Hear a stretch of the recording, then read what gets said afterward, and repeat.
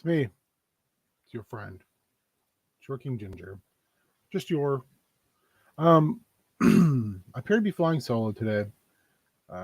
Everyone is. Oh shit! There he is. You got a friend in beard. Hey, friend. Hey, friend. I was just going to say I think I'm flying solo, but then he appears out of the night sky without warning, Yeah, like a What? boss. Like a boss. How are you, buddy?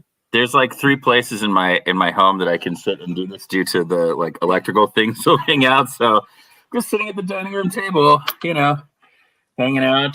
My lovely wife is back there. A little Christmas tree is up, and 12 Days of Christmas spoilers. I know it's a little blurry. Yay! So yeah. Hi, Sarah. Hello. She's doing German Duolingo, so if she sounds a little German, that's why. Hey, Super Spike. Are you hey, also Spike. Super Spike? Are you also a little German? I know. Yeah. All it makes me think of is Top Secret. I know a little German, and then the small little person German walks by. Hey, I'm going to pop out for just 1 second and pop in the other browser so I can see the chat, because I can't see the chat when I'm not like in one of my signed in things. So I just don't want to miss. I don't want to miss Spikey Poo. All right, sounds good. I'll be right back. All right. So, Colin is ill. He's had sick children's, and he has the sickness. He's not down with the sickness. He just has the sickness. And then Matt is just fried. So he so kindly was like, "Hey man, can you give me a break?" And I'm like, "Yeah, dude, for sure." Yo. And then Beard reached out this morning and was like, "Hey, are you down to clown? Are you down for part 2 of clowning this weekend?" Yeah. And I was like, "Yes, of course I am." We clown all day, all night. So I am working on some ideas for Scum and Villainy. Beard, what are you working on? Well, we're hopefully, I think, is it this week or next week? Tell me the story of your people. In a small village long ago, there lived a wolf, and this wolf was we now are. you gotta differentiate. There's wolf and there's woof. Yeah, no. And wolf comes after we derpify wolf. So if you're a mountain monster, it's woof. Yeah, I'm not a mountain monster. I am not a mountain monster. Anyway, yeah. So we're starting a new game with most of the crew from Drakewind.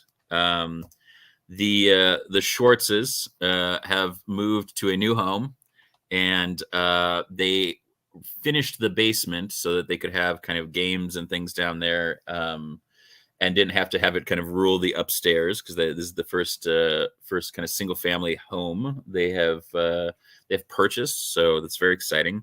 And but we've kind of put it off a little bit, but it's going to pull not from this year's Extra Life, but actually the previous year's Extra Life. Hi-oh. And we're going to play essentially like Oops All Bards.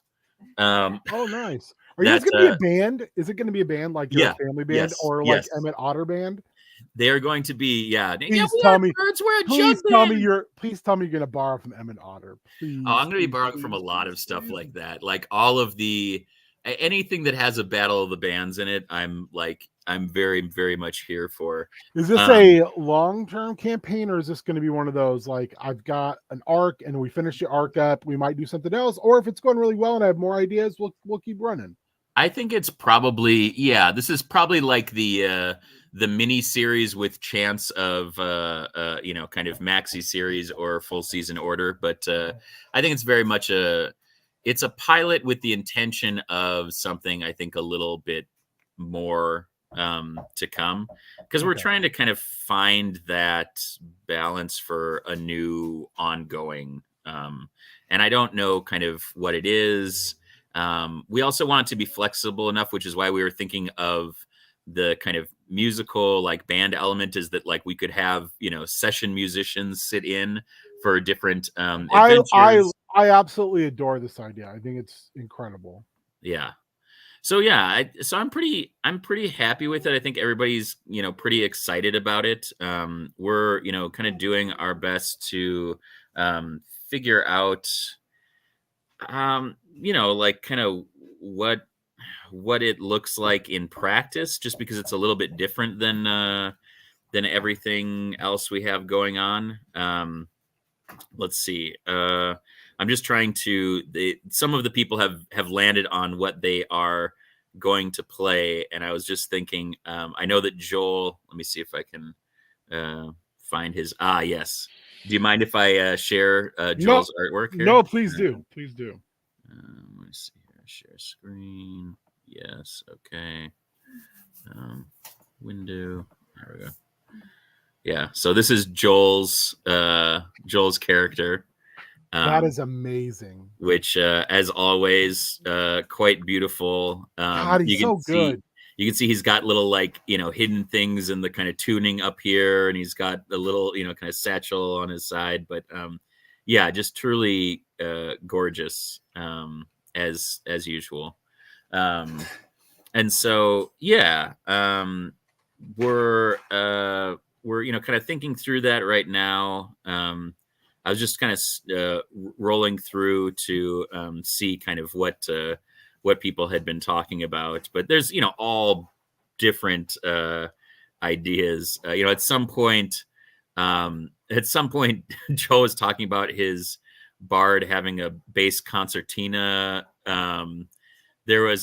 also had an idea about being an artificer, like artillerist, but would only perform the 1812 overture. There was another one that someone thought of that was like a guitarist who sounds like Serge from I'm not going to remember it now. System of a Down. No, System of a Down. Yeah, System of a Down. Because he's metallic dragonborn, Waka Waka. There's all so many. I think Nate is going to be playing Hobadiah Hornblower, who plays the bass. I also said that I love that because like a blower plays strings and not a brass instrument or something else. And he says, "Do you know how many horn players are in my family? Too many." And Joel chimed in and said, "Notably, your mom." Oh, that's cold. Yikes! Yikes! Yeah, we're using the Bardcore Brawlers PDF that we used for that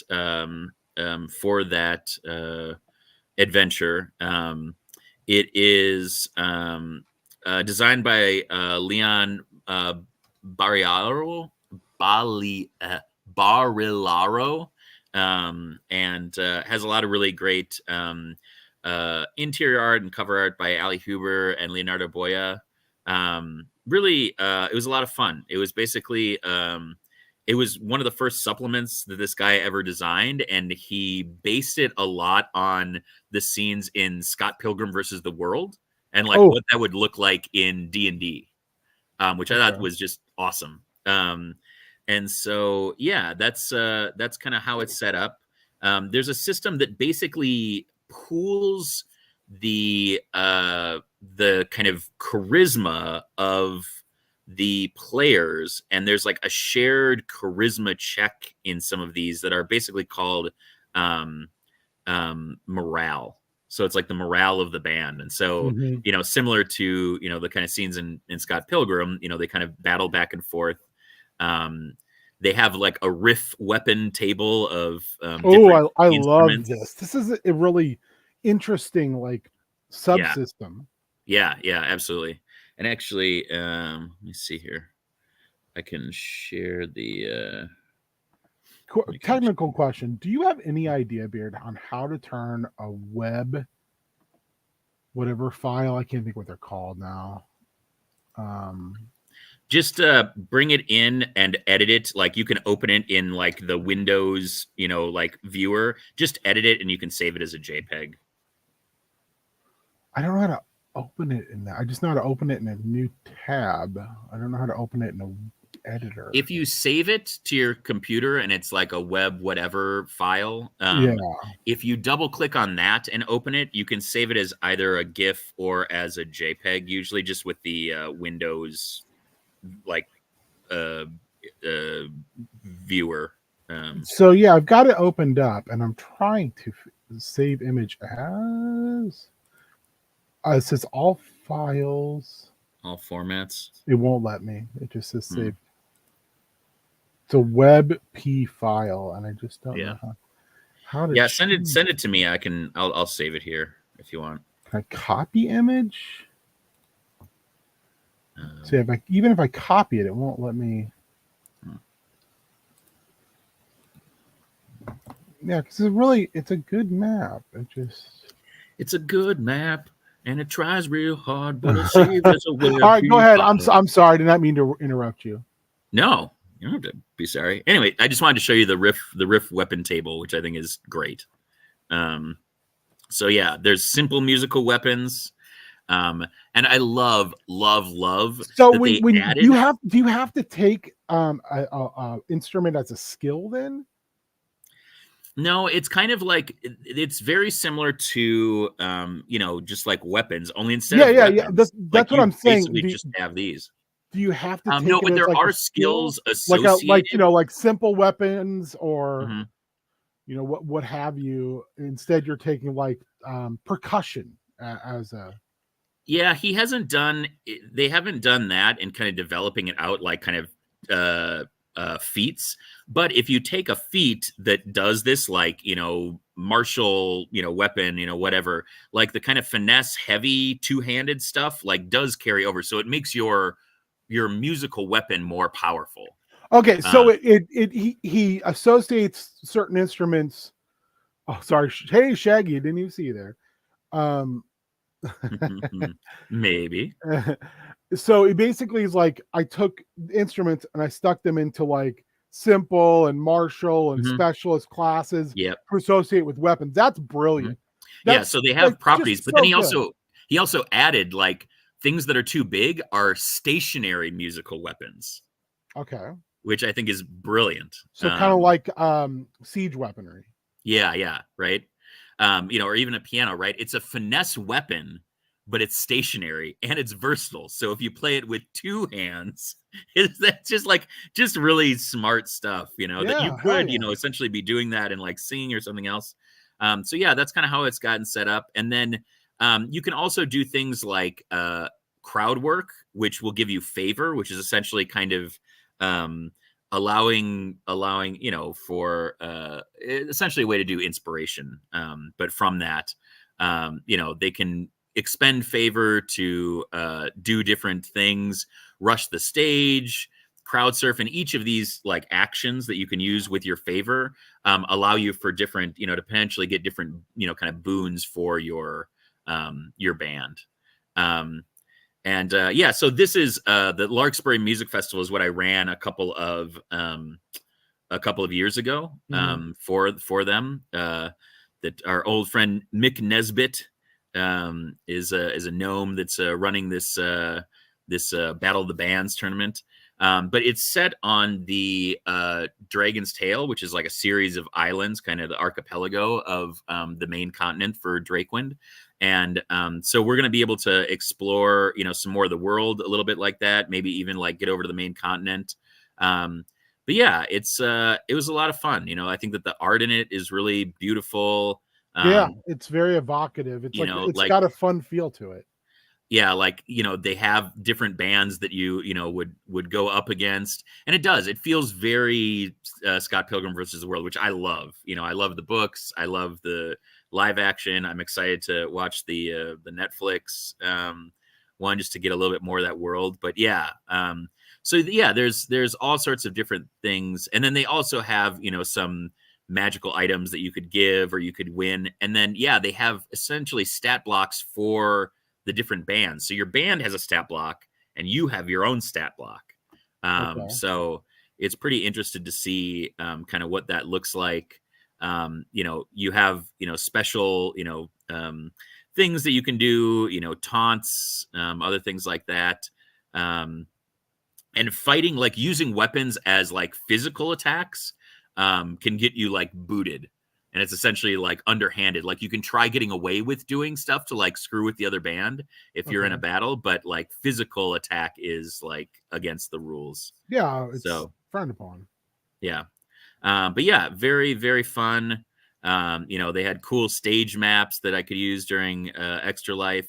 And then they have a band sheet that's in the style of the 5e things. So band name, crowd favor, band morale points, song ideas, set list, merch notes. And then each band member has, you know, kind of what their instruments are, their riff bonus and their riff damage. So Okay. like those, you know, musical weapons do that. And yeah, really a pretty cool little supplement. I really enjoyed it. I had a great time running it. I thought it ran really clean. And so yeah, we're gonna give this a shot and see kind of what's going on. You know, riff rolls and weapons is basically, you know, if you have proficiency, right? So if you have feats or anything else that gives you that bonus, you know, same kind of thing. And then resolve class is essentially your RC instead of your AC. Okay. So like you're resolved to, like, if somebody throws a nasty lick at you, to be able to like battle back and, you know, do that. So yeah, it's really fun. And yeah, so that is Bardcore Brawlers. So we're using that as the basis, and then obviously, you know, kind of filling out and in here and there, but very, very fun in general. And you know, of course, it's Christy, it's Joel, and it's Nate. So they're going ham on being ham, you know. I mean, what are you gonna do? Yeah. Which is best, you know. Ham is best. It is.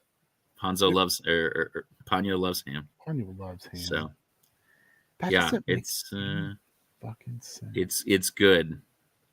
Like also I'm just reading through our chat, and Nate says my artificer with his auto bagpipes can wait, and then he says Bartificer was right there. It's true, Nate. I don't know Yeah. how you missed that. Christy is going to play a weird Enya-y new age druid who really just wants to be introverting with her cats, but has to go on tour every now and then to pay the bills. So yeah, it's very, very good. Joel wants to work towards an Echo Knight so he can go dueling guitar solos as like a thing on stage, or add an accompaniment, like layering in, you know. He's also eyed Invisible Servant for the same reason. Sure. So, yeah. But So yeah, I love the idea. I really okay. There you are. I love the idea of stuff like that because it takes the existing game and just stacks simplistic systems on top that don't ruin it, and instead just make it like it squeezes down things to a point where you can tell something completely new and different. Yeah. I have been talking about doing Hellboy for a long time, and Hellboy has some of that too. I just need to sit down and read the fucking book. But my problem is my brain runs in a million different directions. Sure. Yeah. All the time. I can't get it to stop. I want to point out that maps in Star Wars are bullshit. Yeah, they've changed so much too, like that the ones that you used to be familiar with, they have really they've really like messed with them. Frankly. So yeah, I'm looking for where Starlight Beacon would be, right? So I can see the map, put it on the map. So I have this cool galaxy map. Yeah. That I sent to you because I was like, oh, you know, I want to have a non-WebP version of this. Yeah. I have, where is it at? I have a map of the Outer Rim. Yeah. This map's great. It's very, very, very in depth. So if I go down, oh well, let me show you the problem. This is a map of the High Republic, and there's where Starlight Beacon is. Well, that's great, because there's the Hapes cluster, so I know where that is. But it's not the same on any of these other maps because the Hapes cluster is like up here. Yeah. Well, I think that the thing that's hard about these two is like it's all assuming that everything is flat. Yeah, and it's like it's in a rotation. Yeah. But I'm looking for, and I can never remember the name of the sector with the two planets in it, E and E planets. I can't remember the names of them now. It's in my notes. Hey, thank you for doing that, man. I appreciate it. Yeah. I figure it must not be terribly difficult. It's just I will need someone to be like, hey, here's how you do this. Because you know me. I am familiar I with am not a smart man, Jenny. Star but Wars. I do know what Star Wars is. Well, he said it. He said it first, man. I just got like roasted by my wife for being. She just goes, "Oh, James." I was like, Ben said it first. I was just. I did say up. it first. It's true though. If If there is a far side from Big Brainon, you're talking about. Okay, so it departed from Yaga Minor for outbound flight, right? And then you're talking about the two planets. They start with E. It's like Erum and Iden or something like that. Where you're looking for where Starlight Beacon is. So Starlight Beacon is between those two planets. Yeah. And my understanding it would be down here, but and the reason I love these maps is because they've actually got, they're lettered and numbered out so you can just put down the coordinates and go to them. Yeah. Because it's weird too, because like you said, it's not flat. You can't look at it's flat because technically this is the expanse. Yeah. And the outer rim would be like up here. Yeah. So technically I guess it would be up here, but like Erum and Irano. Yeah, but I don't know what sector they're in. Which also, do sectors matter anymore? Because, like, they're in the Eram system, which is EIRAM. Yeah, I just don't see any of that up here. That's in the outer rim, or is it in the one that you sent me? I think it's in the outer. Well, the one I sent you is the Galaxy. It's like the big boy. It's like, hey dog, do you like galaxies? And I'm like, I guess. Oh yeah, bro. Which is so much bigger. And this, I've got a map that's like, gosh, what am I trying to say? Sorry, folks. Maybe we should have just taken the day. No, we're doing great. We're having fun. Everything's great, and we're having fun. And look at us. Now we're doing. I got an outer rim map up here, and I can't recall.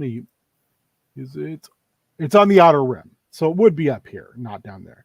So I did not realize Mon Calamari was that far out. I thought it was out there. Yeah, I thought it was on the mid-rim. edge. I thought it was mid-rim. I thought it was like out. I thought it was like right here. Also, I did not realize how densely packed the outer rim, and the expanse regions were. Yeah. Like I always thought of them as being very like sparse. Yeah. But holy crap, there is some serious business going on out here. Yeah. So so the Hapes would be up here somewhere, but I just don't see it either. Where does it show on this High Republic map? Okay, the Hapes would be all the way up here, which again means nothing because it's. But I would assume it'd be up here somewhere, but I don't see the Hapes. What about on this big boy map? See, this is the thing I get bogged down in. Like, yeah.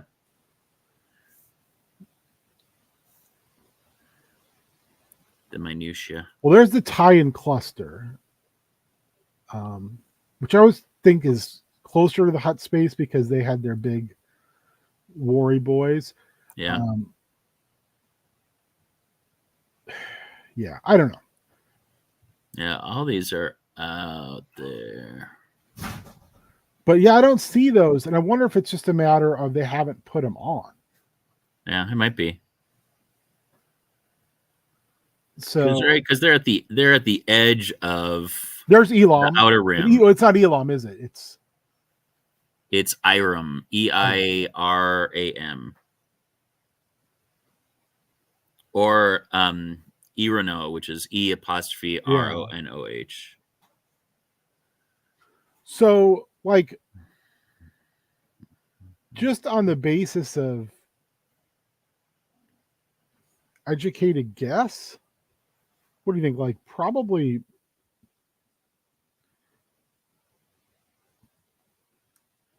Where's Tantive? Yeah, I'm trying to read through the Starlight Beacon entry on. It's real scant. Yeah. You're a kid.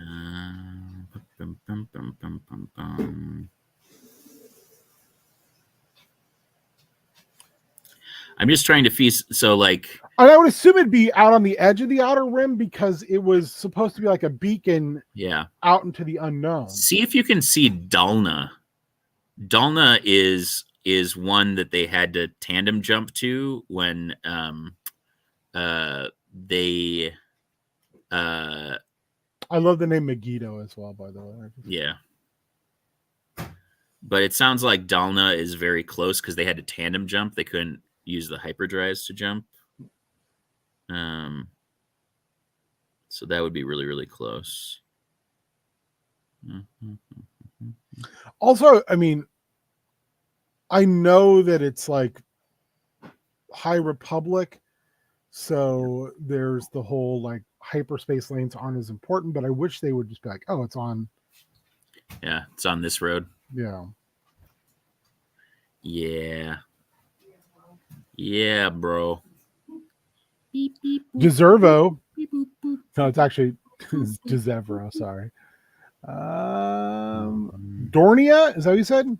No, that's where the Dornians are. Yeah. Well, holy shit. I mean, I didn't Dalna. It's Dalna, Dalna. Dornia and Mon Cal are like a system apart. Yeah. And yeah, that's really interesting. It's interesting that they're like out there and they both had militaries that. Yeah. I'm looking a lot like near where it says wild space, just because I feel like it's on the edge of that. But does yours show it all where the Hapes are? No, I'm looking at the outer rim. I'm looking at the galaxy one. Cool. I hate when you think you see something and then you're like, oh no, that's Thilla, not Dulla. Dum dum dum, don't like that. Where is Dalna? Yeah, I don't see it anywhere. I mean, you think that it would be on the out, like on the outside of all of these, right? Yeah, definitely. I was like, why is it not? Why no there? But why be though? Yeah. All right, hold on. Oh God, more map. Save image as Star Wars. Dalna. Map. Okay, Dalna is a small planet located in the Dalnan sector of the Outer Rim territories. Path of the Open Hand Cult. I'm trying to find if there's something it was near. Yeah, that's the whole thing. It's like, just give us a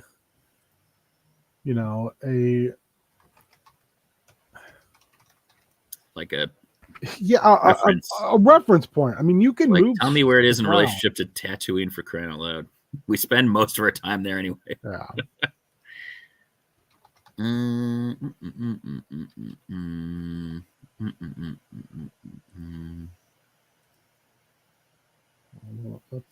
can't.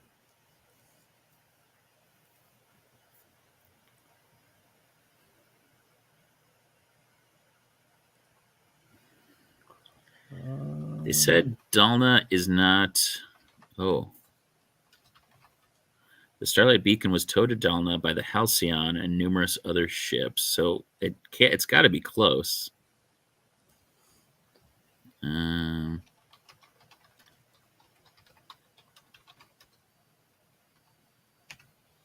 Okay, I got a whole bunch more maps now that I can Okay. dump into this tool, but just, I mean, it doesn't really matter because I mean, I'm sure half of them will be completely effing different. Yeah. Yeah,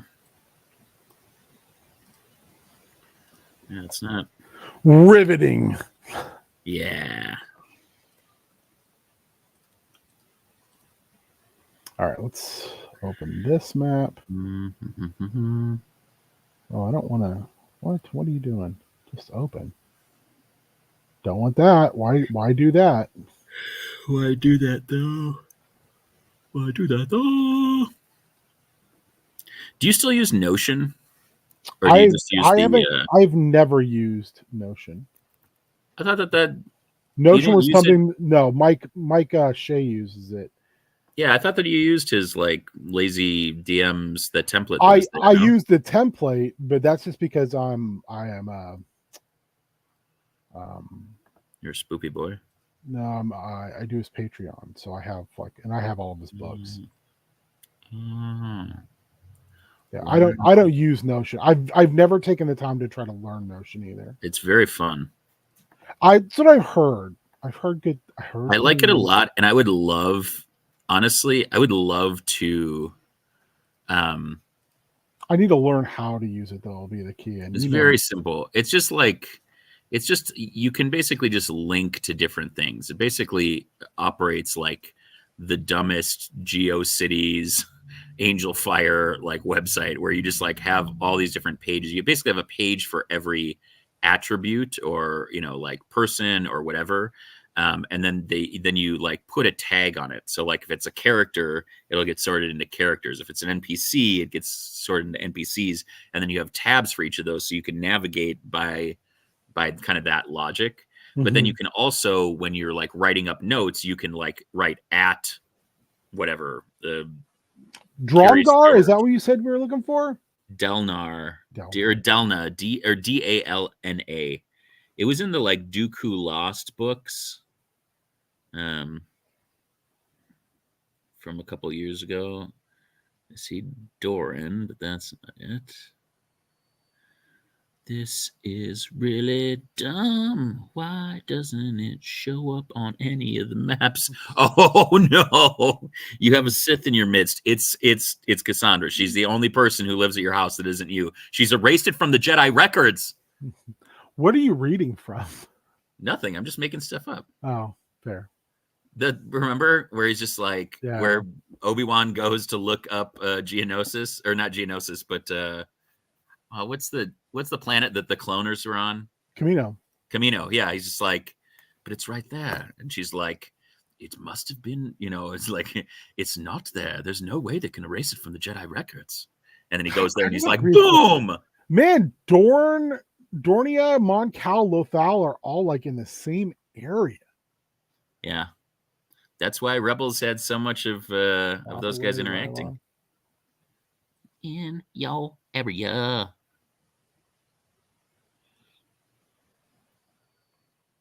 This is a great little map, but I mean, it's just a great little map there. Oh, just not telling us anything we need. Yeah, that's the key. Thanks a lot.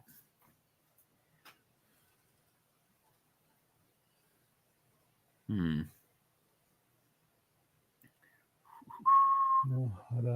trying to see if there's anywhere like matches up in a way that tells us anything of note besides it's on the outer rim. All right, here, I'm going to throw this out there. I just searched for Irem map Star Wars, and let me see if either of these have them on there. Okay, well, there's the Hapes. So tiny. There's Hapes. Okay. Oh, you found it? Nice. Oh, that's way further in than I thought. Yeah, and there's Mandalore.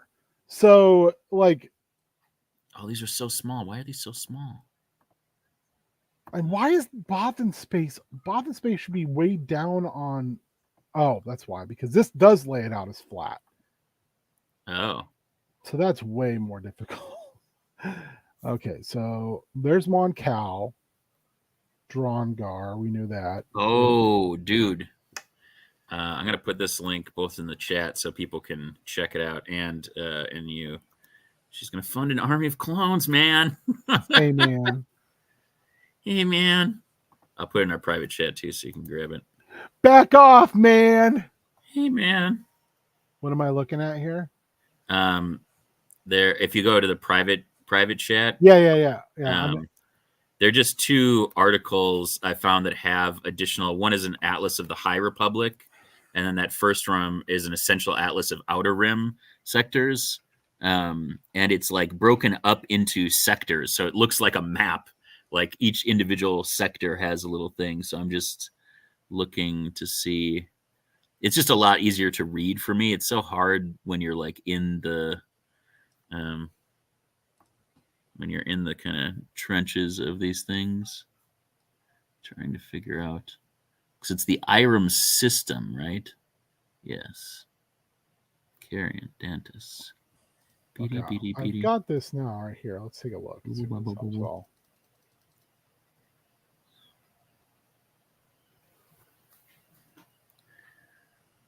I keep feeling like, well, maybe we are just like too close.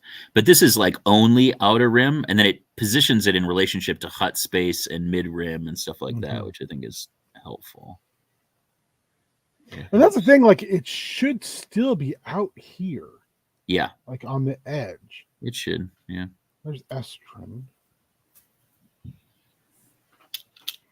Oh my gosh. Why is it so tiny? Dale. Drevel. Dale. Yeah. It's DAIL. Could you imagine just like some Southern dude being like, no, man, it's spelled DAIL. DAIL. Our parents love me some George Lucas. Not LE. Listen, I'm from the Outer Rim, man. Hey, man. We spell it differently out here. And there's the T on cluster. I don't understand what the hell is going on. Why is it so hard? IREM. I found IREM. Okay. AIRAM. Where is it? Are you on this sectors of the Outer Rim? Yeah, scroll straight down. It's right along the Rima trade route. Like basically straight down from where you are, all the way on the bottom. So it's in the expansion region of the Outer Rim. Okay. So we're at on the Rima trade route. So go straight down on that Rima trade route, and it's just to the left. AIRAM. But I don't think that that's the same. IREM. Okay. Yeah. You know, like I don't know if that's the same, because IREM is supposed to be EIRAM. So I don't know if that's like a continuity change or if it's just like not the same place. But it's annoying. Okay, well there's Elroot again, and it's on the Rima trade route. Yeah. And this is still the Outer Rim. It's just not near what anything I thought it was. Yeah.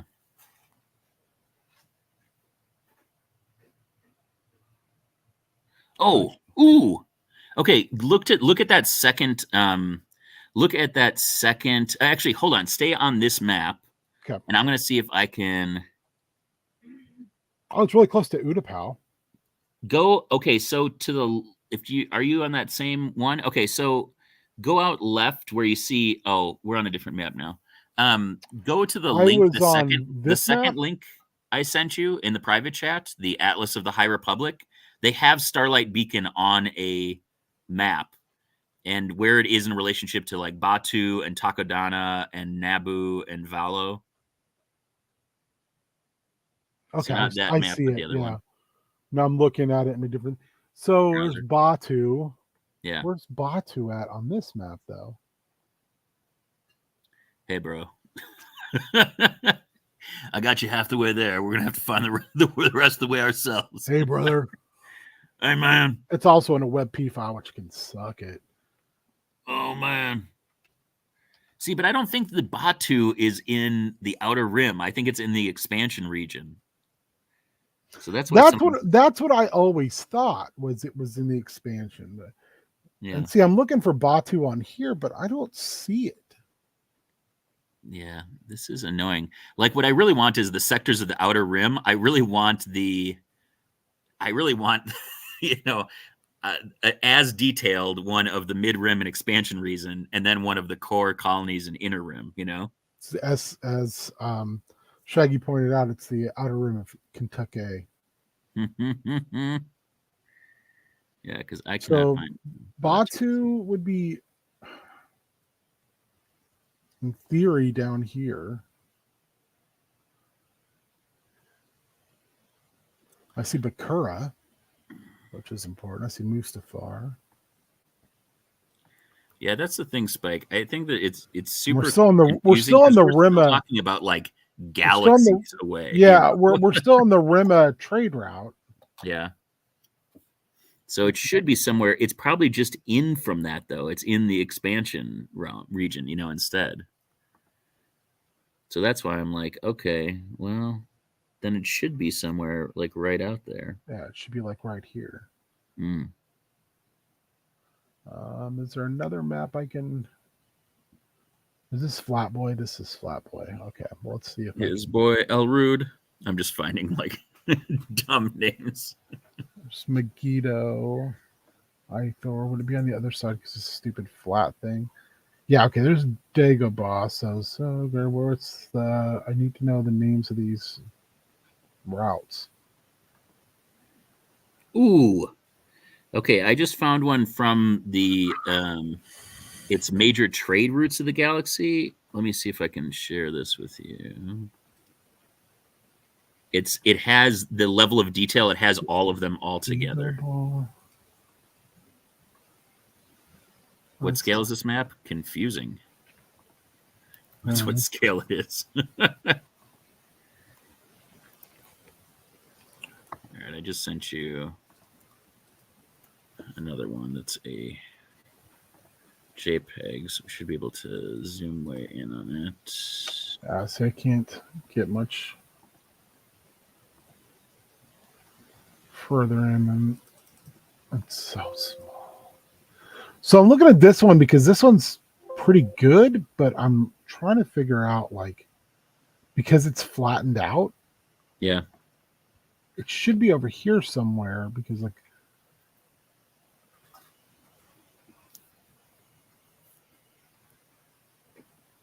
oh.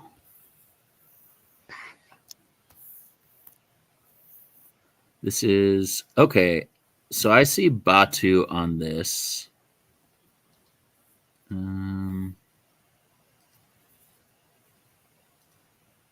Man. So it should be down from there, but I'm not. Oh, yeah, this is frustrating. Because it seems like every one of these is like rotated somehow, you know? well, I mean, it's map for somewhere that doesn't exist. So, and it's all like, you shut your filthy mouth. it's a lot of like artist rendition of things that, you know, which is shocking. Oh, Dalna, I found it. Holy shit. Okay, the one that I just sent you. The where's in the private chat. Here, I'll bring it up on mine. Well, here it is. I got it. I just referred to it as the Where is Batu map. Yeah. So it's going to be down here. Yep, to the right. If you go all the way down, right by Outer Rim, click on like right by Outer Rim, go left to Outer Rim, and that's where Dalna and Irem are. Like just up. Oh, there it is. Yes. So it's an EIRAM and then Dalna. No, I'm looking at the coordinates. Oh, yeah. It's just an I because I can't. 14, 15, 16, 17, 18. I think it's in 19, 15, 16, 17, 18. Yeah, 19. I-19. So I'll see if I wonder if I have this. I'm also wondering if I have this book. I think this might be the newest one. Then I don't. I'm gonna get my look. I think it's on my giftful list, like my Christmas list. It's at the edge of the Outer Rim. I'm trying to see what else. It's close to Bespin and Hoth. Yeah. So where are Bespin and Hoth on here? Oh yeah, that's a good idea. I'm trying to. Or Navarro. That's funny. It's really close to Navarro, where like Mandalorian stuff happens. Yeah. Yeah, So Bespin it'd and be Hoth. way out here. That's not on this map at all.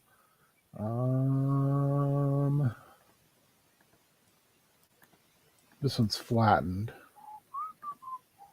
There's Hoth and Bespin, so it would be out here. Yeah.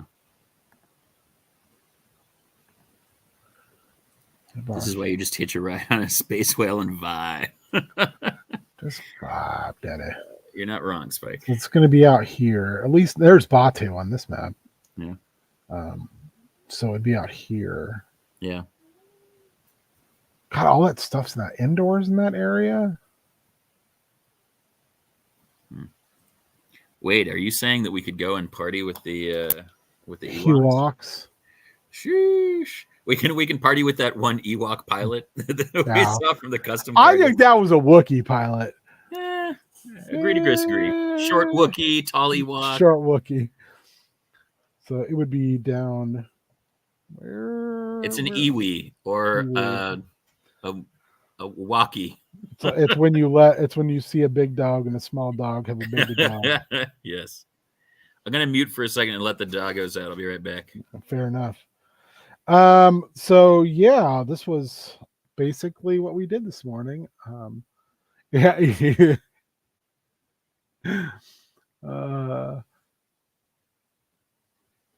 But it's such a weird thing because I don't know. I feel like Star Wars doesn't do a good job of putting Short Wookiee as my Jizz band name. Fair.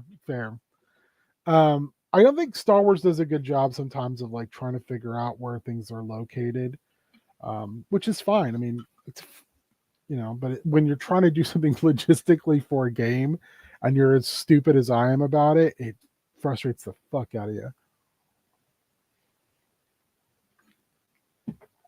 So I'm looking for Bespin and Hoth over here, but I think it's this map, since it's just the outer rim, isn't going to hit. Well, it should. There's Endor, so not this one, this one. Where's Endor? Endor's here. So it should be like right over here. Okay, that's fair. So it'd be like G19 probably.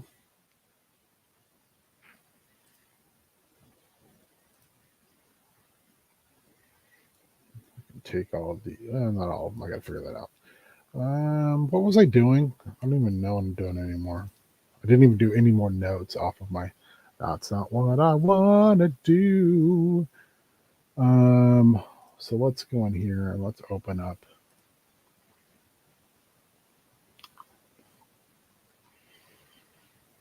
What am I even opening up anymore? That's the thing. I'm really struggling this morning.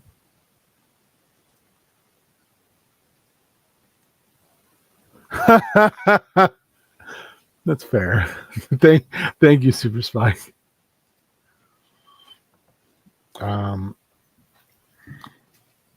Yeah, so I think I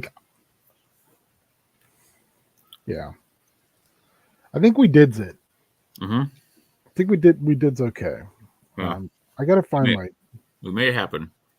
my notes section too, because my thing's such a mess.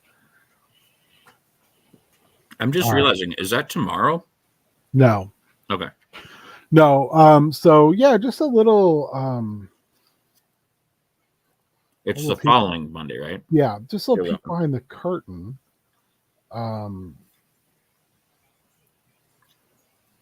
D&O will come back next month, I'm pretty sure. It sounds like that's what's going to happen. And we'll keep going. We're just going to make a thing called maps. And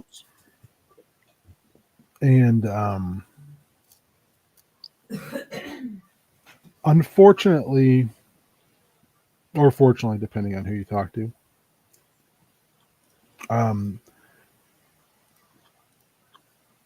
what was that other thing I was doing? Take Me Home, Old Pharaoh. Yeah, that's not going to happen. There was just not enough interest, and sometimes that is just how life goes. Yeah. But I had a lot of cool ideas, and I'm hoping at some point to implement them somewhere. It's just how it is. So I will have that Monday open, and maybe I'll run some short stuff. Maybe I won't. I don't know. Oh, I was going to show you this yesterday, Beard, and then I never did because we got so wrapped up in it. Yeah, wrapped up in our organization. So, first of all, look, it's a hey, Dale. That's awesome. I got to work on it a little bit more. I got to paint the ropes, but this is all just speed paint. I used Oh, that's awesome. I used great.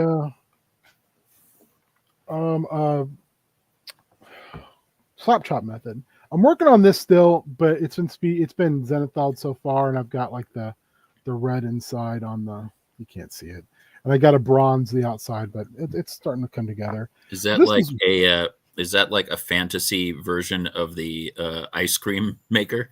No, it's just a big old forge. So I started working on these guys for Core Space and other sci-fi games, and I wanted to do a lot of speed paint to do it. So here's where we're at so far. Oh shit! Can you so that's all speed paint so far? Yeah, can you change the layout for me? Oh yeah, sorry. Nice. So I got the skin and some of the armor done. Here's an alien boy to go with it. Oop. Oh, apparently that's not doing it. Oh, cool. I really like how the green turned out. Mm-hmm. Yeah, that's nice. Another boy. Sweet boy. Big gun boy. Scary face boy. Another boy. It's angry. Oh, bigger gun boy. What who and the last boy in this group. Who sculpted these guys? Are they a particular? Good question. This is from our St. Paul's own EC3D. Oh, cool. One of his early sci-fi sets. Cool. This and this are both CMON sculpts from their Zombicide space version. Oh, which I picked up when they were super cheap. I was picking them up. These two are OG Reaper Bones. They are the like first ones that we opened, like when you did your little like doot dance. So that we have that gif. These are the OG, so they're in the white plastic and they're not as good. Like Bones 3 or earlier. No, these were Bones 1. Oh, really? Yowza. Yeah. Well, this guy's bone was 1 for sure. This guy might be Bones 3, actually. Got a little bit better plastic. And then I've got another guy just started fiddling with because I had too much speed paint, which is also like a late Bones. Oh, fun. I hate when it won't. It's the lighting, baby. You got to get some sweet light on that. He's got like a reddish skin. I'm going to go in and pink it over it, like highlight, because it's kind of a blobby looking guy. And then I slap chopped this head. Slap chopped it? Yeah. Because it's gonna go here, and I think I want to go for like a volcano-esque thing, and I'm gonna have to experiment with green stuff to get that chest emblem off. Yeah. But I wanted to be like rocky boy. Yeah, I really like how it's like. I think I'm gonna go in red and orange, the cracks in the armor. So Super Spike, I'm sorry.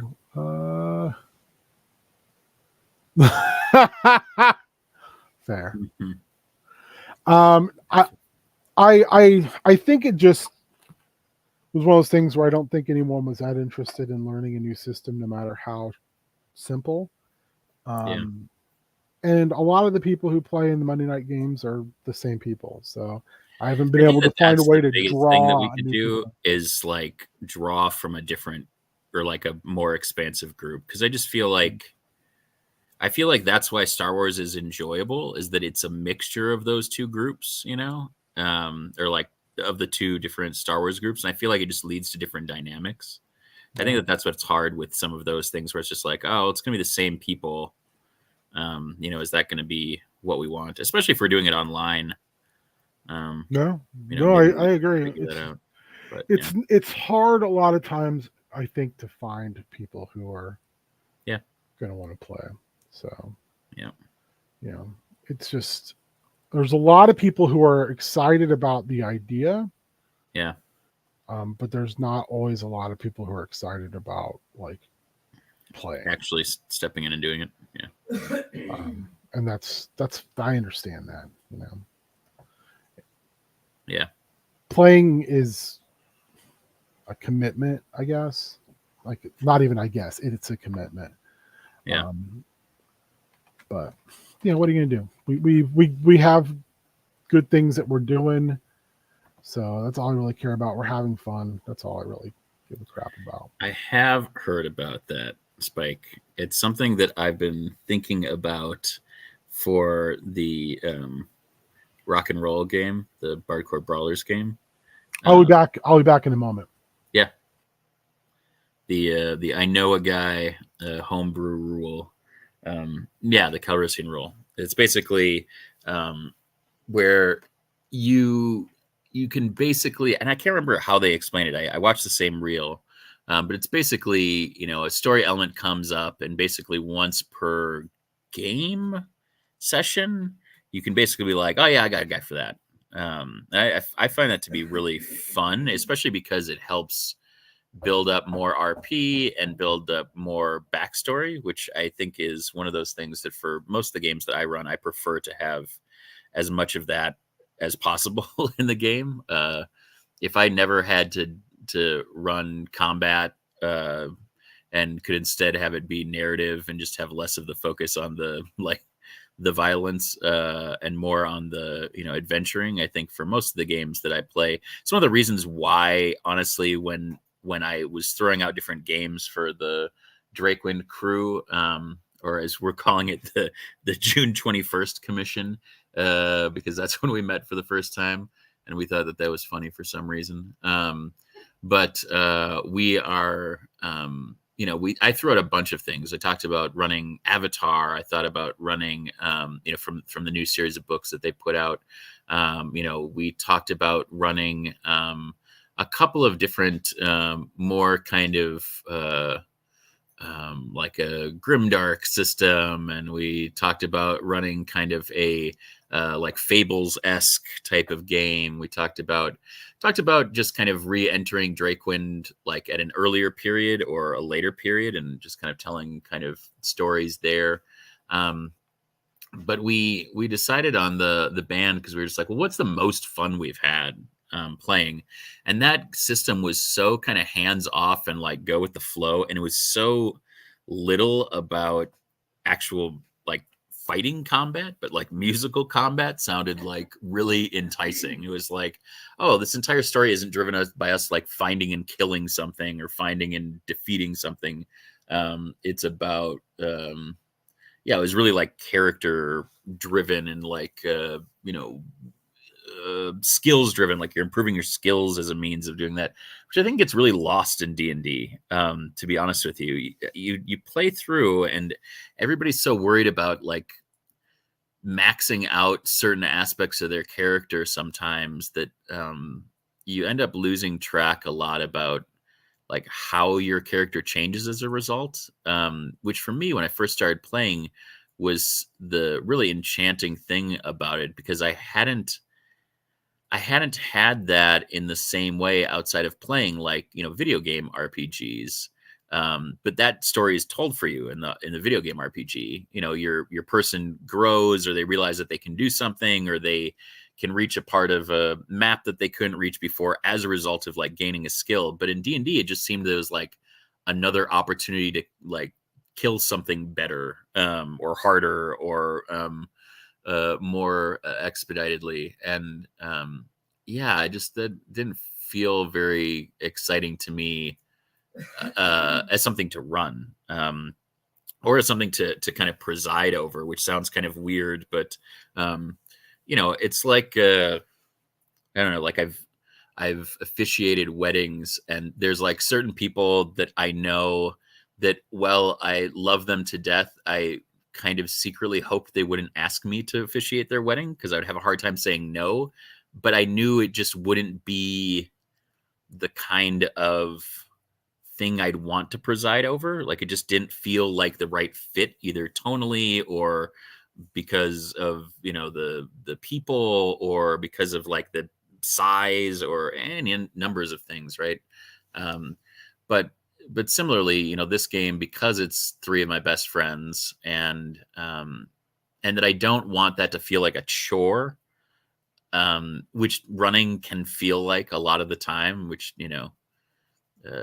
Ben's not here right now. So thanks a lot, Ben, for not telling me how much of a chore it can feel like sometimes. But I think that we all feel like that sometimes when we're trying to organize. It's like when you, are so busy that you, as the organizer of most things, stop organizing, and you realize, oh, there's like a lot of people that would never talk to each other or talk to me if I wasn't like actively engaging. And that, that feels kind of crappy. I think it's one of the reasons why I've really appreciated Christy and Nate and Joel and Warrior as we've gone through the process of figuring out what we want to play, because we really haven't played a regular game of Drakewind or anything else. We played kind of like little interim things, or we've done Dragon Dowser as a kind of means of creating some backstory. We really haven't played a regular game since maybe the beginning of the summer. But we're still, talking all the time and still getting together. And I think that makes it easier to be really excited about running for that crew. But yeah. Yeah, the fact that the new game is going to be Oops All Bards making me think of that one Jackbox Games with music. Yeah, absolutely. It's just, to me, it's a fun way for us to like have restriction too. And, I think that when I'm teaching, I think about that a lot, is that sometimes people get upset, or they get frustrated that they are having troubles making decisions.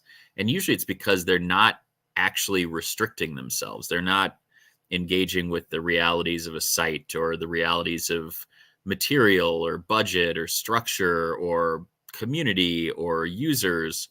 And once they have some of that framework to like push back against, it all becomes easier. And I think that sometimes when we're always striving for something to be easier, we forget that like the easiest decisions we usually make are the ones that we have restrictions on, or there's only so many options, or you can get inventive about it, but in the end you have to respond to some sort of criteria or stimulus or restriction that like makes that a satisfying decision when it works, and a learning opportunity when it doesn't. So yeah, I don't know. I think it'll be really fun.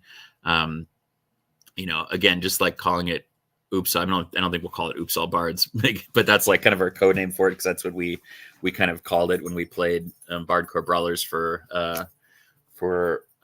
Extra Life. And for me, playing it is great, again, because when I go into Extra Life, I'm always thinking, what's going to be the most fun and appeal to the most people, or appeal to the like biggest niche that people might enjoy. And so, I think that was part of Christy really joining the group and being a part of this whole kind of ride, was her playing with us at Extra Life, I think the year before that, and just recognizing how much fun it is to have her be a part of that. to mix it up from being in another one of her husband's game, who runs a couple of regular games, one or two of which she plays in. So it's a nice way to create some variable for some of the players too. And that's hard because Nate and Worrier both play regularly in Ben's games, but Joel is maybe the only person that's only playing in one of my games right now, even though he plays in a bunch of stuff for Extra Life and is always like game for it. His work usually prohibits him from playing too much, just because his supervisor that makes the schedule is kind of a butthole, we'll say. But yeah, I don't know. Maybe back to that Old Fay Roads. I'm super interested for Shaggy or Spike. If there's something that would like lure you guys out, or you think other people might find interesting, because I think that that's something we're always looking for. To a certain effect, I think that this kind of like horror idea or the Mountain Monsters game is something that's like very appealing because it's a less restrictive version of Take Me Home Old Fay Roads in people's minds, right? I don't think that actually learning that system would be very challenging or weird, but most of your games are so fun. Tried to watch some of the games on here and I get bored. You guys embrace the craziness, not all dooms do that. Yeah, I mean, if you're gonna have people playing in your games, you might as well roll with what they're doing. It's another one of those things that sometimes I feel the same thing, like watching or listening to other live plays, is that the DM is so focused on getting their narrative in that sometimes it gets railroaded to the point where it's not a collaborative thing with the players. And there's nothing more irksome to me than just not taking advantage of basically the actors in this thing that you've created. If you see well fit enough to like cast people, essentially, why would you not take advantage of their brilliance? Sorry about that. No, keep going. Yeah, that was kind of like the kind of big arc. I was just talking about, Shaggy said that watching some other games, people don't embrace the craziness of what their players do a lot. And I said that that's why we really wanted to find something. There was a system for Joel and Nate and Christy that was something that like we could have that not feel like a chore and also not feel like I needed to create all the narrative, but that could just like really be up to us to tell collaboratively, because it can feel like a real pressure cooker to come up with something new or fun or this or that. But I think that one of the things that I try to do, and obviously, I learned from you. I learned it from watching you, Dad. Is that if you don't allow your players to share that narrative, you're just railroading someone through this idea that you had. It's supposed to be collaborative storytelling. In the end of the day, it's like, if you don't do that, what are you doing? Yeah.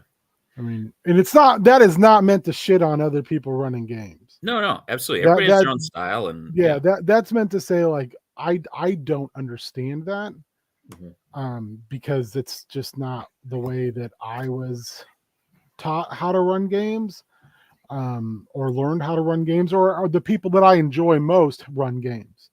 I need it to be like, I'm the steward of the game. It's not, the game isn't about me. It's not about, if I can say, even about rules. Let's be honest. Rules are important, but if rules get in the way of the game, then rules go out the window. Yep. I would say that's the other thing that I said about that Bardcore Brawlers. It's just kind of like, oh, we don't exactly know how the Valor system works. Oh, you just RP'd something amazing. Well, do your thing. Go jump in the crowd, or grab another mic, or whatever. Exactly. Bring somebody on stage, or do whatever you want to do. I'm a big adherent, and I know you are as well, to Rule of Cool. Yeah, the rule of cool, baby. Rule of cool, I think, is It's like the rule of 2, only not at all. well, I mean, I think if you look at the people I know for me, who I admire most, who run games and who make products and things like that. Thank you. Thank you. Exactly. They subscribe to that rule. They all will say repetitively, that if it works for the players, then you should use it. Just the same way as like it's not an adversarial game. You're not playing a co-op competitive board. You're not trying to. No one's trying to win D&D, even though some people try to win D&D. Some people verbally explain that they're trying to win D&D. Yeah. Oh God. Some people's kids. But some people's shitty little kids. Oh, jeez. For real though. I don't know, man. It's in the end, it's a lot of just like, it should be fun. And that's the thing. Like, I was just, not to get off on too big of a tangent, because I think this is a good conversation. I was reading people talking about the new episode of Adventure Zone, the new like mini series that they're doing, which is a sequel to a Marvel comic that Clint and Griffin wrote for War of the Realms. Yeah. And people were like, oh, nothing's ever as good as Balance. And I was just like, the Balance is great, but Balance is really long.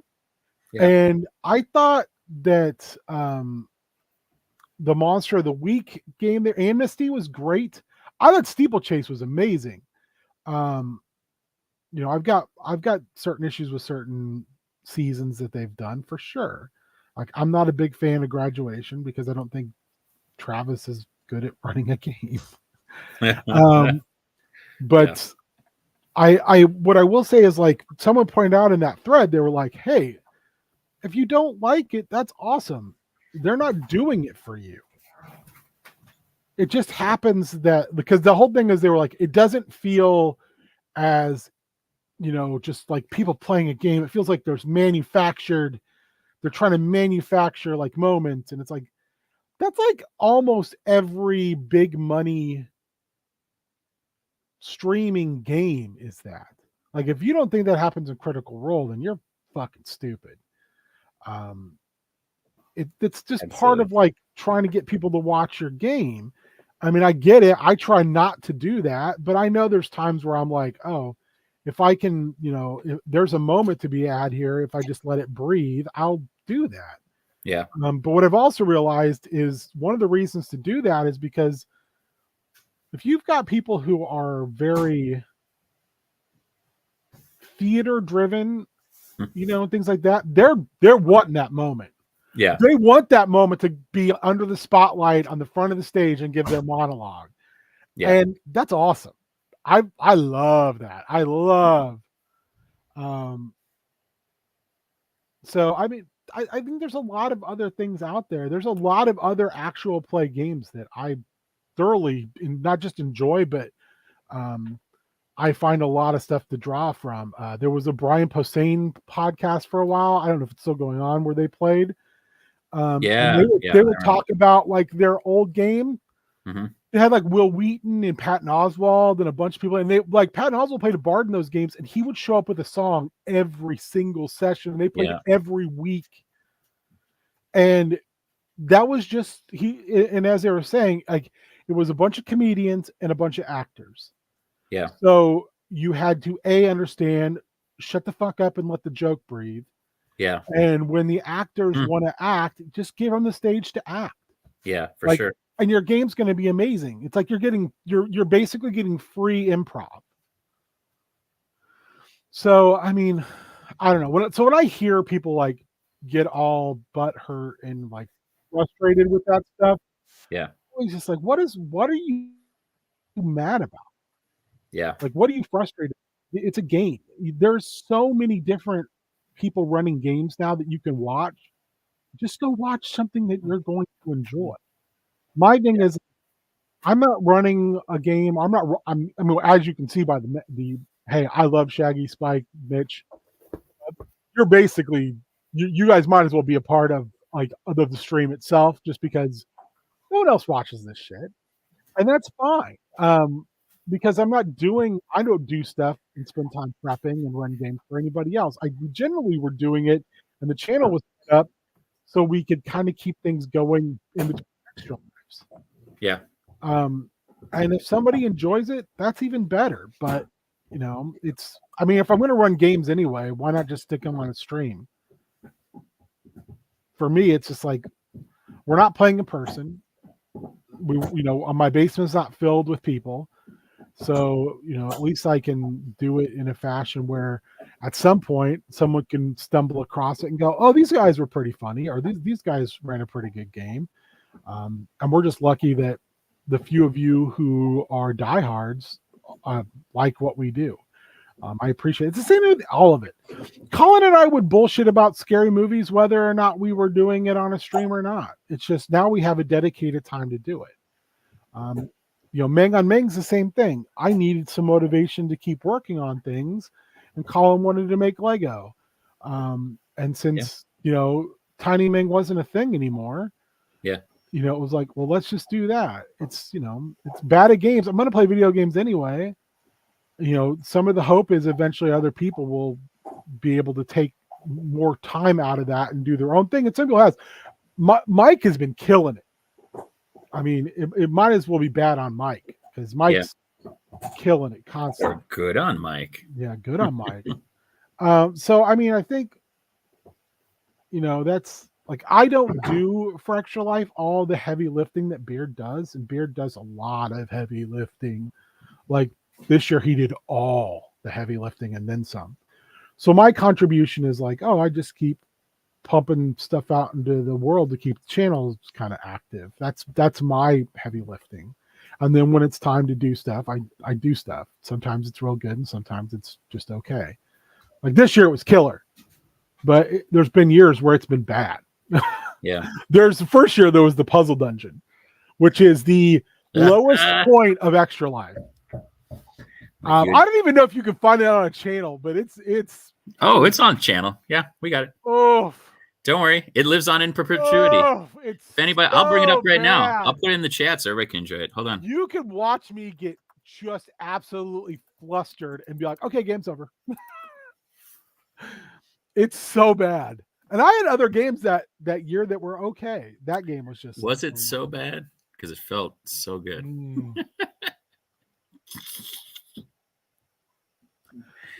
I just remember you like walking out, because that was before the like big finale, and I just remember us meeting up to talk about the finale, which is something we've done and never really kind of done again, because it was kind of batshit crazy to think about. Like we basically started with the party together, didn't tell everybody, and then split the party and went to different rooms. And Ben and I DM'd in different rooms.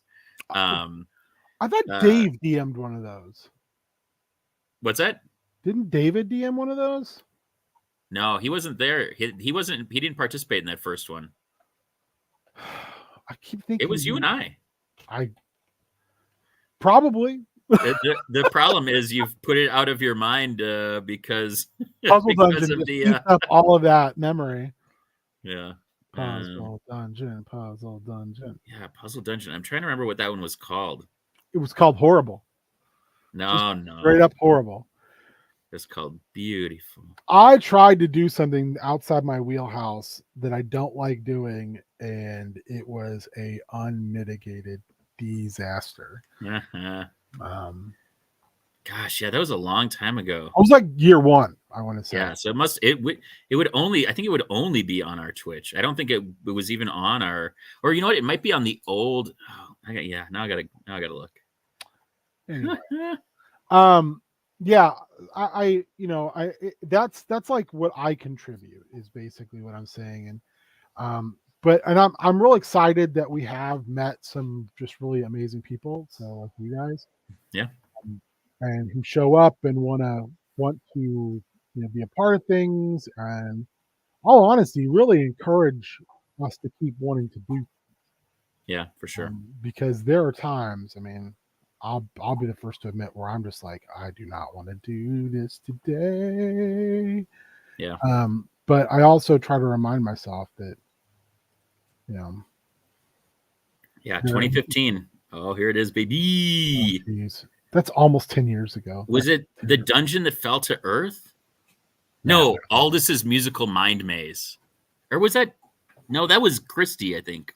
Ah, man, I can't remember. But there were such great ones. Like The Strange Case of the Undying Heart was amazing. A Few Graves More was amazing. The Terrible Tragedy of Mrs. Travers's School for Little Wonders was amazing. I had some like those first couple of years when I was trying to tie everything together. There were some bangers in there. Yeah. Not gonna lie. It must have been the musical Mind Maze. Shaggy, I know. Because musical Mind Maze is only an hour and a half long. That's got to be it. Sorry. Sorry. I thought that Cassandra was in that one. This is just Zach and Christy and Kedron and Carl. I don't remember. Floating in an astral plane, the players are not the only group who seek these divine notes of power. A cadre of Githyanki are hoping to not only make this dead god their new base. No, it wasn't that one then. Because your wife was definitely in that one.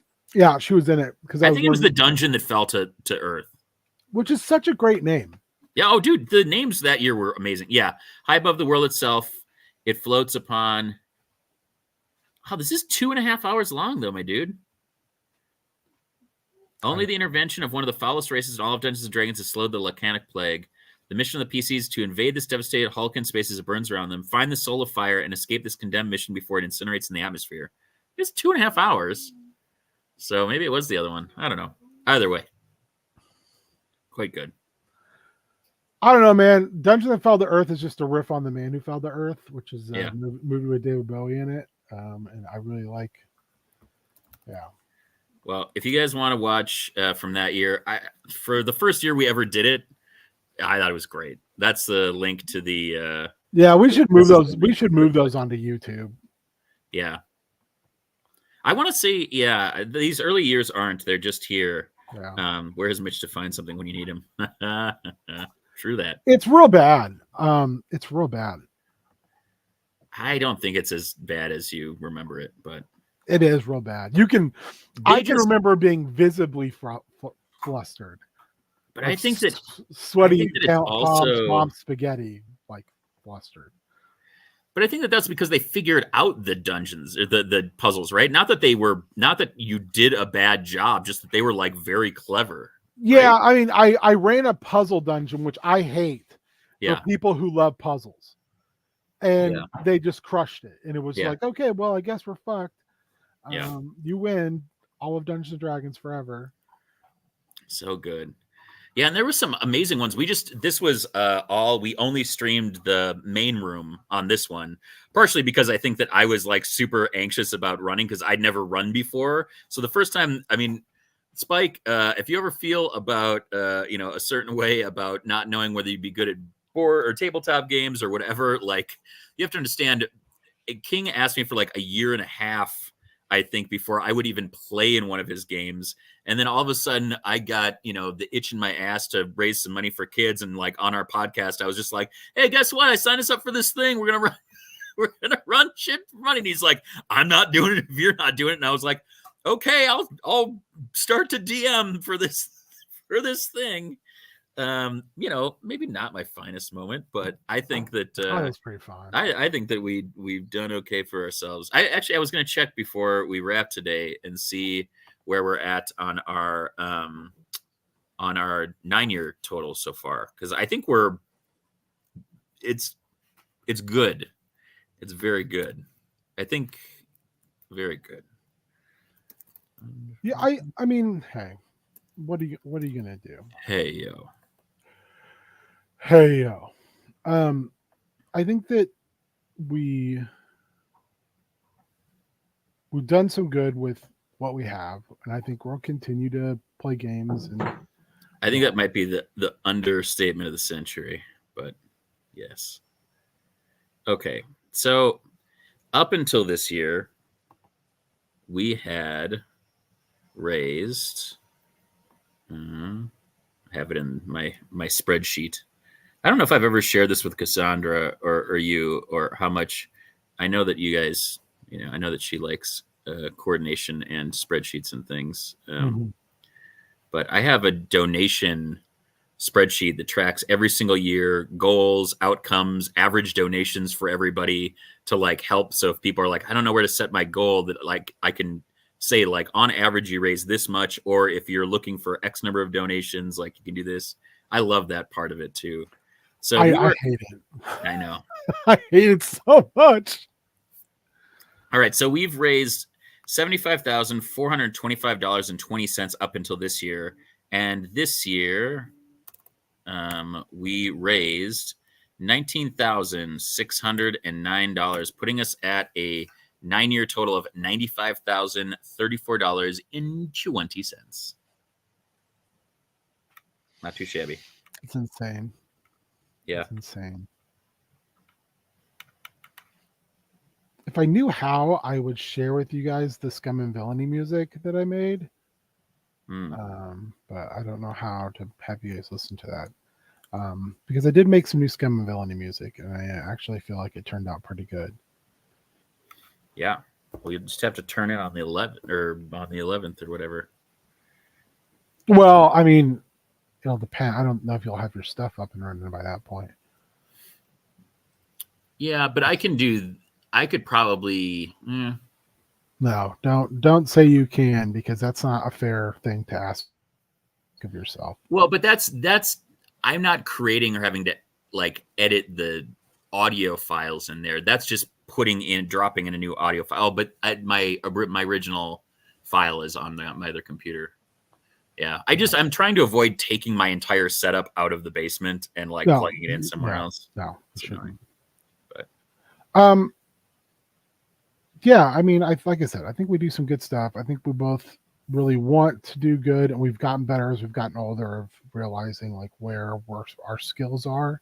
Yeah. What we enjoy doing and who we enjoy doing it for.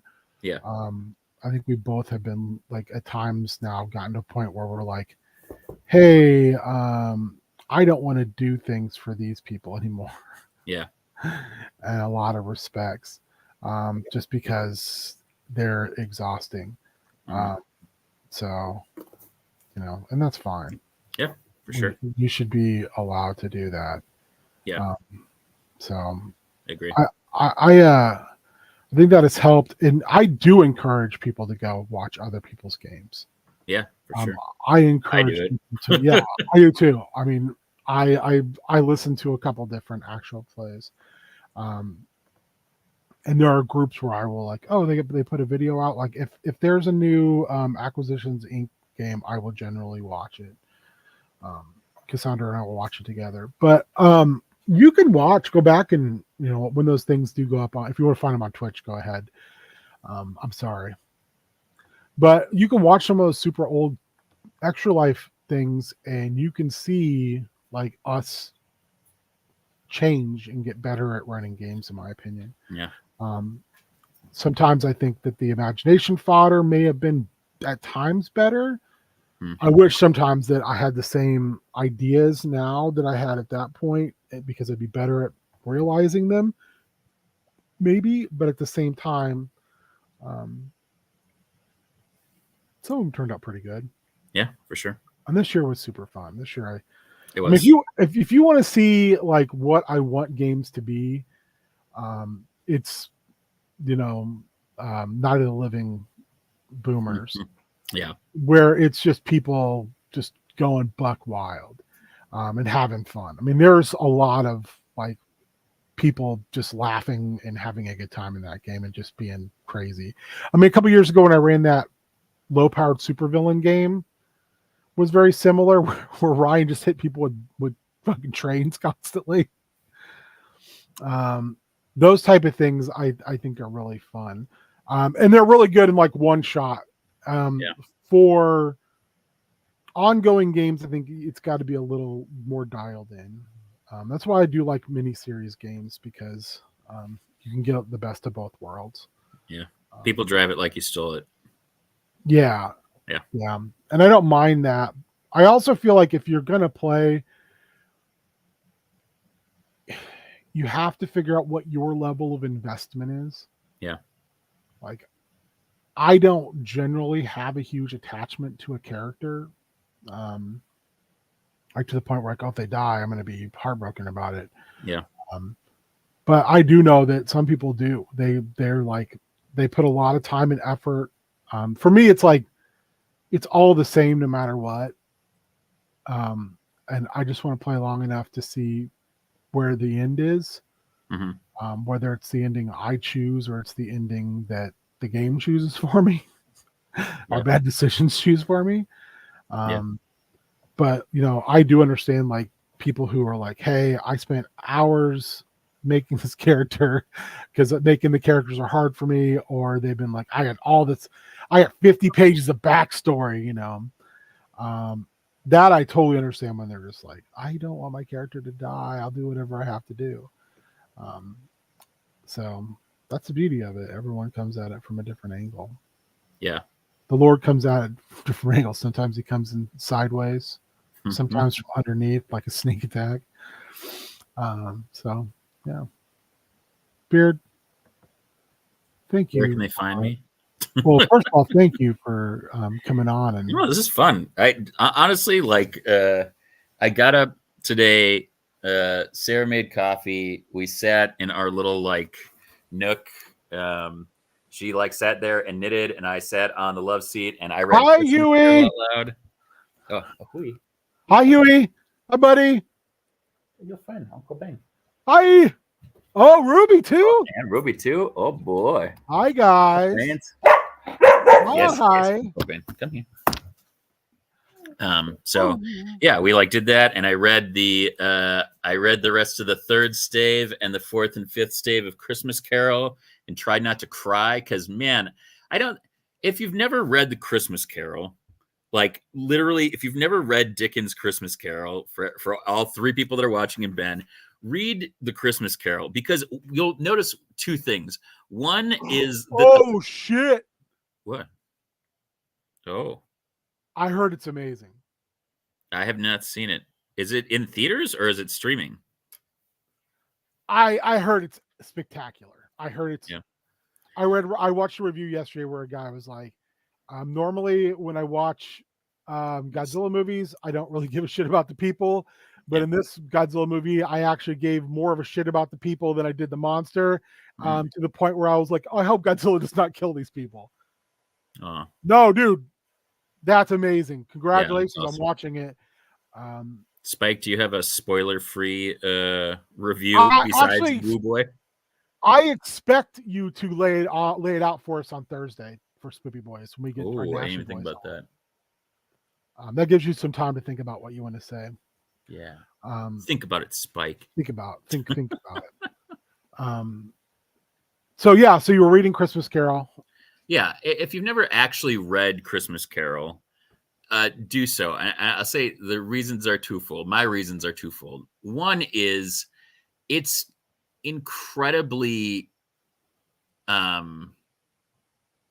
dense and, like, fraught with the, like, perils of human emotion, and I don't think that we always get it, just because it's been one of those things that's, like, it's been repeated so many times that it's like a fairy tale. It just feels like a pastiche of, like, the actual language. But the thing that really makes it, to me, like, so endearing, and reading the actual text so endearing, is that, this is written by a man whose father went to a debtor's prison, and that he, like, it's no joke when they say that he, like, lifted himself out of nothing, but the, like, connection to, like, raw human emotion is so great. It's just phenomenal. The other thing that you notice, that unless you are seeing this at a place like the Guthrie or, a very high end theatrical reproduction, that the best word for word reproduction of A Christmas Carol is A Muppets Christmas Carol. I shit Yeah. you not. It is so accurate. There are so many beats, even to the point of like in The Christmas Carol, the original Dickens, where, you know, at the end, Gonzo said, and Tiny Tim, who did not die, it's capitalized in the text, the original text. It is emphasized in capitalization in the 1800s. Like, there's all of these things that are just, you realize like the care that went into producing that. And there was a great article on Empire about it for the 30th anniversary last year, you know, talking about Michael Caine interacting with the Muppets, and this being the Michael first Caine. production like after Jim Henson had died, and how it started out as a, you know, a kind of a TV movie. It was going to be a TV movie, and then they were like, oh, we should make this a theatrical production. And it was being run on like a $5 million budget, $5 million budget, just like something crazy. And in the Empire article, they say basically the CEO of Disney at the time sent, you know, the guy who used to be kind of like the heavy that would go in and like talk to directors and be like, you got to get this shit figured out, or like, we aren't, you know, like there ain't no more money coming, so figure it out. And he went over there and he basically like, I think it was Jeffrey Katzenberg or whatever, that was the CEO of Disney at the time. And the guy that went over to like do this saw everything that the like Henson crew was doing in the UK with this production, and like called him up immediately and was like, listen, the amount of work that has been done for this budget is uncanny. It looks like a budget 10 times. Like, you should give them every penny that they're asking for. And this will be like one of the greatest things that like, this will be like a legacy project. This will be like go down as like one of the most, you know, well-loved things that's like ever been done. And, you know, even Disney like screwed up when they were producing and like rolling it out. They dropped it in the US 2 weeks before Christmas, and in the UK only a week before Christmas. And the next year they ended up doing a whole theatrical rollout, and they skipped it going to any sort of rental. They like went direct to market, and they sold like $100 million of VHSs, you know, because people were like so eager to get this, and it really being like a legacy project, like the first one produced after Jim Henson died. And anyway, read it, because it's not long. It's not nearly as long as anything else, but yeah, it's extraordinary. It's very good. So I choked up a couple times. It's very hard. The emotion of Tiny Tim, the emotion of Scrooge himself, just like going through this process, and like the recognition of like his losses early on, and like, yeah, it's really good. So much good nuance. It's one of those few classics that I've read where I'm just like, oh yeah, the hype is real. Plus, you know, sometimes you go back and you read a book like that and you're kind of like, oh yeah, I get it.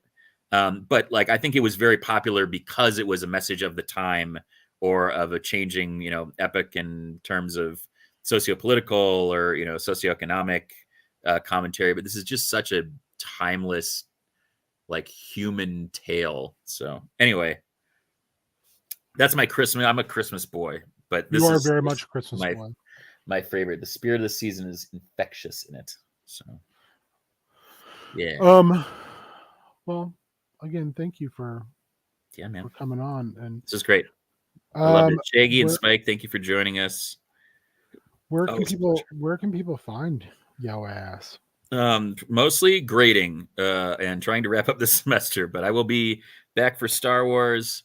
I don't know if I'll spoop, but I'm hoping to get on one. Meng on Meng, and on one whatever my brother's calling his makey thing, Chop and Shop, before the end of the year, and mostly trying to spread as much holiday cheer as I am able. That's what I'm up to. So, Bad Games on Friday. Oh, excuse me. Woo! Bad Games on Friday. I think we're going to play something pretty just weird. I think we're going to play Bigfoot, or maybe Friday the 13th, depending on how many people we can get. So, and I put out a call to the Draz Discord as well. Like, hey, if anybody wants to, thank you, Shaggy. And then I might play a little bit at games like in a moment for like an Oh, hour. fun. I don't know what I'll play. I just had a hankering to play something. Maybe I'll start up a new Space Haven. I've been playing Space Haven Oh, fun. again, and I'm actually doing really well. And I want to play that game if I'm going Nice. to play on a stream, because then I'll just get frustrated. I'm also just like, I kind of want to play something for an hour or so before I do the ergometer. But I don't want to play something super heavy. Anyway, you can. I'm just babbling at this point. You can see on the 7th, which is this coming Thursday, for the Beauty and Wonder that is Spoopy Boys, and we're going to be doing a Nashi Boys episode. I'm trying to remember what the movie was that was chosen. I believe it's Werewolf versus Vampire Women, Yeah, I think so. which is on Tubi. So you'll have to queue up your own as we watch it. I think it's probably like maybe 90 minutes. But we'll hang out. Shagalicious will tell us about, or no, Super Spike will tell us about -1. And then we'll watch Paul Nashi be flipping awesome. And we'll call it a night. And then on Friday, like I said, for the day of birth, we'll play something dumb for about an hour or so. Yeah, boy. And then I'll call it till Sunday. And I'm hoping this Sunday this coming Sunday, we'll get back to having the whole crew on, and we'll work on some more Mountain Monsters. Yeah. But thank you guys for coming. Well, I mean, hey, Super Spike, a review is a review is a review. You don't have to be articulate. If you're just like, hey, it was awesome. Yeah, for here's sure. why. Or if you didn't enjoy it, here's why I didn't enjoy it. I mean, just because I talk too much, just because I say I walked 10 miles to go 10 feet verbally, you don't have to. Thank you as always for hanging out, for talking games with us, for listening to the same conversation we would have if we weren't on stream. So, like I said, I think I'm gonna jump on and play some battle games here in a second. If anyone wants to hang out for that, if not, enjoy your Sunday, man. Yeah, you too, dude, and all of the dudes and dudettes. All right. Until then, bye.